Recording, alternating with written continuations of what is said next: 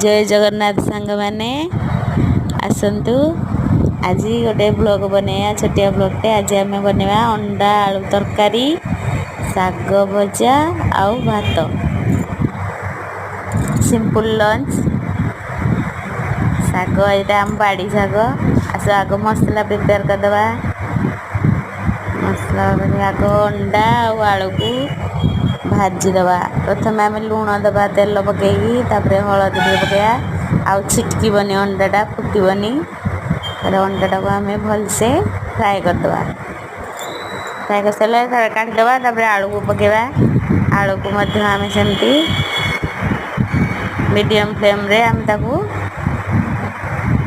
भाजिकी रखीदे। आम तेल देकी तेल दबा भजा तेल बाकी चीनी टे दबा आ गोटा मसला जहाँ दबा देकी भलसे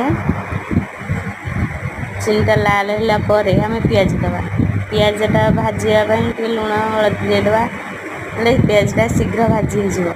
आम टमाटो दबा। टमाटो देकी फ्राए करवा। टमाटो फ्राए हो सारा पर आम बटा मसला पकड़ा। बटा मसला फ्राए करवा। अंडा आलू जो भाजिकी रखिले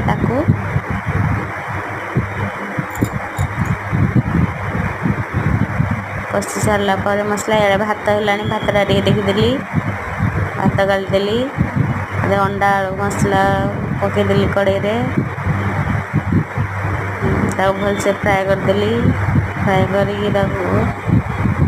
करपटे गरम पानी बसई अंडा तरकारी गरम पानी देले बहुत स्वादिष्ट लगे शीघ्र हो जाए कम टाइम रे। सेपटे बासन पड़ता भाजी दूची कम टाइम रे आम केमती बेसी काम कर ध्यान दबा। आम बर्तमान गरम पानी हो देदबा अंडा आलू कषार देदबा। झोल फुटीगले भलसे फुटीगला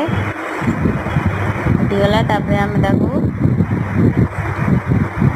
धनिया पत्र कटा धनिया पत्र देदबा आ कंचा लंका दीटा दबा भल बास्ना हम आ गरम मसला देदबा। गरम मसला देदबा साग प्रिपेरेसन ये साग भाजुची साग दे करदबा। भजा होगला टाइम देखा भात प्रिपेरेसन है। मो झी इन खाऊँ कौची बढ़िया मामा टेस्टी।